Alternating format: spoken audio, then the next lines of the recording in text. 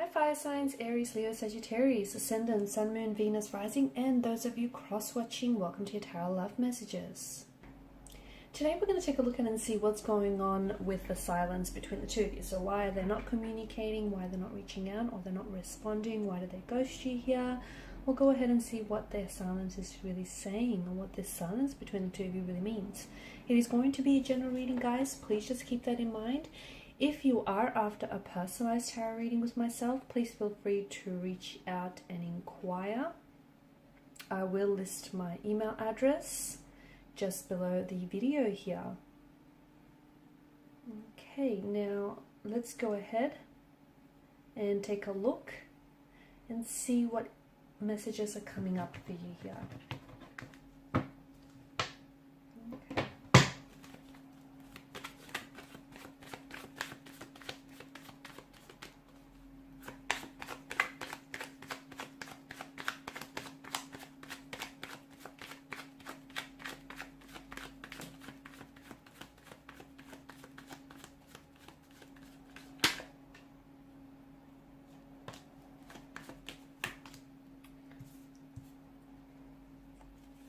Okay, interesting.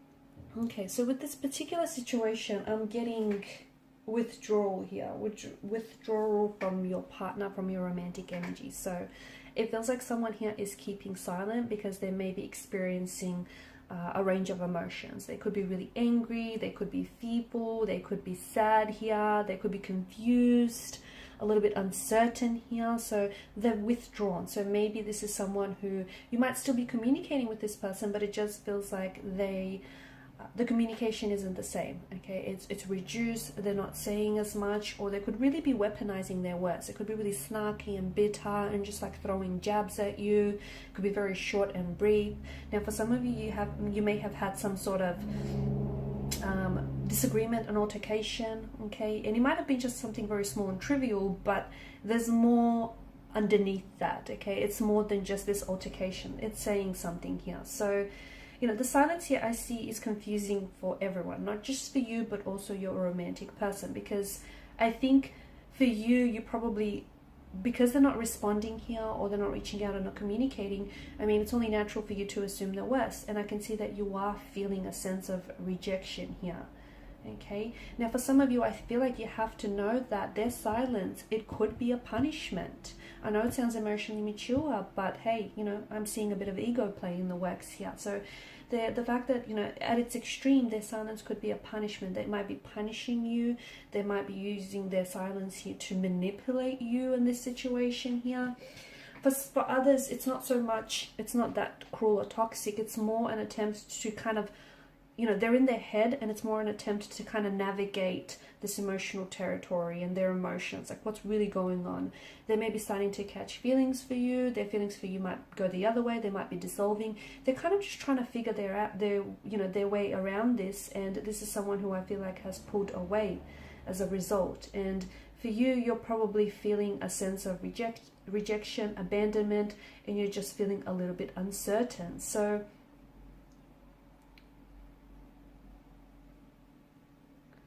okay, also if you're a female watching this, and if you're dealing with a male, you know, when a man is feeling really loved and he's getting the attention that he wants in a relationship, you know, if he initiates physical affection, and, you know, if you reciprocate here and it's all good, a woman in return will openly express her love for him, and, you know, the two of you are glowing in the intimacy.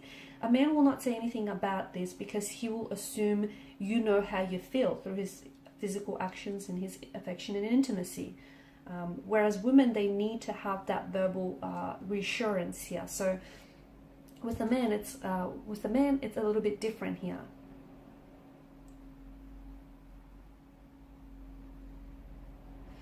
Okay, silence is not necessarily golden, and not in this case as well, because I feel like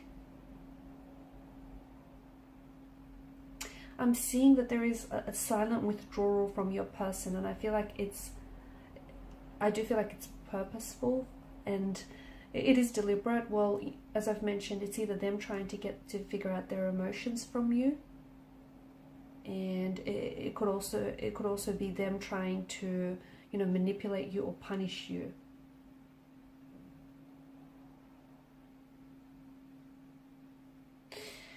I'm also seeing some of their behavior here. So someone here is pursuing an energy. Okay, so I'm not sure if you're the pursuer. So I'm getting two different types of energy: pursuers and withdrawers.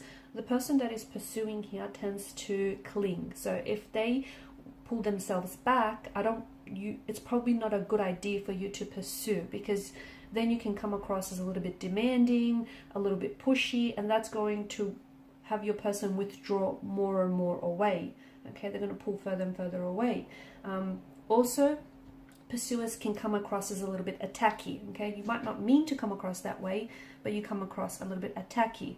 Or that if they're the ones that are pursuing, then that's how they're coming across. So take it as it resonates. Withdrawers then retreat, they pull back. And it's like this song and dance that you do. You know, pursuers then can come across as very intrusive. Withdrawers will then respond to that by putting up barriers. Pursuers can be very controlling. Withdrawers will be like surrender here. Pursuers think they're right. Withdrawers think they're wrong. Pursuers lead. Withdrawers will follow. You know, pursuers. The pursuer here will feel very helpful, whereas the withdrawer will feel very helpless. So it's like this song and dance that you're doing. And it just feels like this is what's keeping the interaction between the two of you stuck. Okay, this dynamic. So you have to find a way to break this dynamic if you really fall into this pattern here. I'm also seeing that, like, what's going on with your person's brain right now. So they're just trying to protect themselves. They're just trying to process their emotions. And what's going on with their brain right now is, I feel like it's a protective, them shutting down, them withdrawing, and them not communicating with you. It's a protective mechanism. They could be trying to protect their ego here.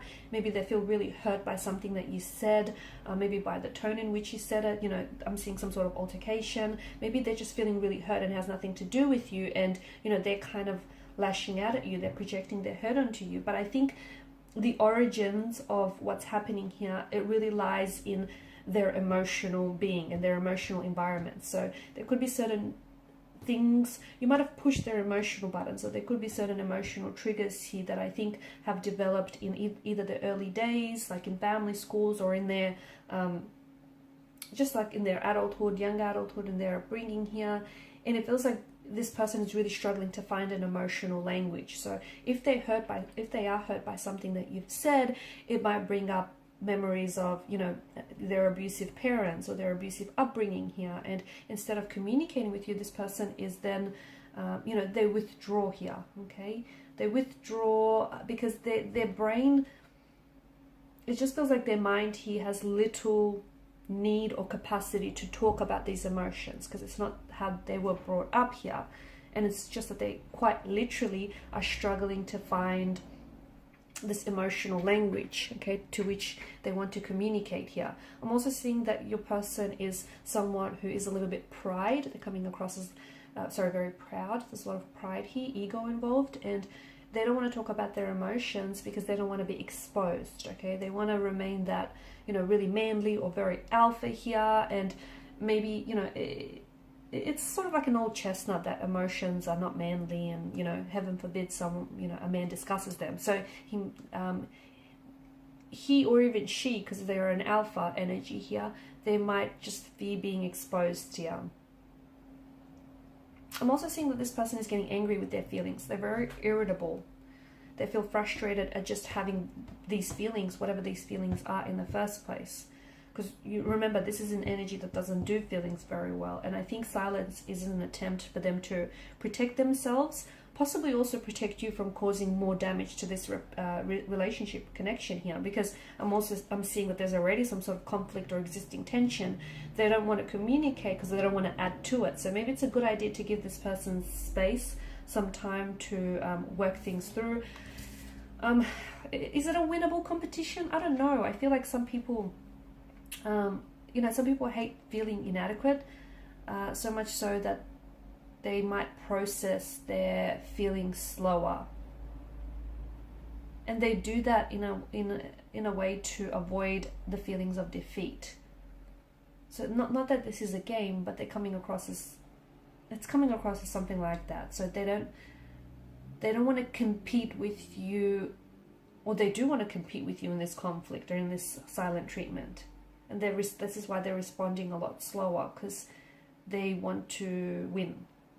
Okay, not that it's a game, but that's kind of how they view it. Okay, if you break the silence first, and if you communicate first, or if you apologize first, ultimately they see it as defeat, victory, them defeating you.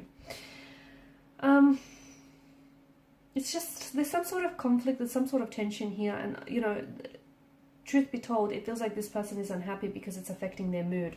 So whether it's an altercation that you have, it just feels like they're not necessarily happy here. I can see that you're experiencing huge concern, anxiety, also confusion about your person's silence and their withdrawal. And you're probably guessing what they're thinking or feeling. Don't assume the worst here. I just think it's a good idea to give this person a little bit of space, and to give yourselves a little bit of space, a little bit of time here. I think they're going to come back around. Or if you do want to initiate conversation, just don't come from a place of ego, okay? Like, don't "I told you so," or "you're right, they're wrong." I think just really try to neutralize the communication here. Just try to stabilize the energies. I do think there will be contact, there will be communication in the future. This person will come back here, but be careful, because the Fool is an energy of someone waltzing back into your life and not taking personal responsibility for what's happened. So they sort of will start communicating, but ignoring the fact that the two of you just went through this huge gap of no contact, no communication, or they may have even ghosted you. So they're just sort of waltzing back into your life, almost as if nothing happened. Pull them up about it, because they did it once. Guarantee you they'll do it again. Okay, so watch what you tolerate. Okay, guys, and these are your messages. Thanks so much for watching, listening. Please show your support by liking, sharing, subscribing to the channel. For those of you interested in a personal reading, feel free to inquire. Bye for now.